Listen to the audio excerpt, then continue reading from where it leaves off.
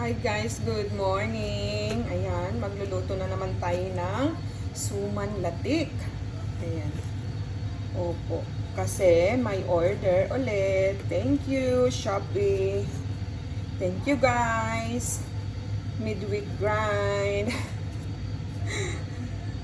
Basta mag-request lang kayo guys at ako'y libre, free. Dahil lagi naman akong free dito lang sa bahay with my baby. Okay lang. Salamat. Maraming salamat mga suki. Yung iba dyan, pupuntang Norwich. Thank you. Lagyan natin ng tubig.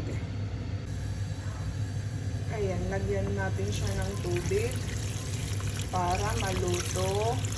At lutuin natin to ng 1.5 oras. Ayan, para sure na luto lahat at hindi bigas pag binuksan.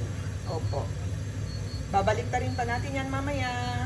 After mga 40 minutes. Ayan guys, magbabaliktad na tayo. Yung mga nasa taas, yun naman ang ipaloob natin mamaya. So, look at that. Ito guys, legit na gawa ko to guys. Hindi ko siya binili lang at nire-reheat at ibebenta sa inyo. Ayan. Ako talaga yung gumagawa. Recipe ng nanay ko to.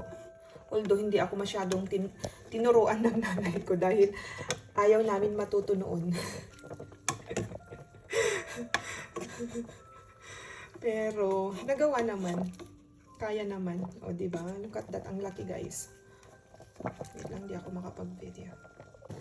Ayan, tingnan natin. Luto na ang ating suman latik after 1.5 hour.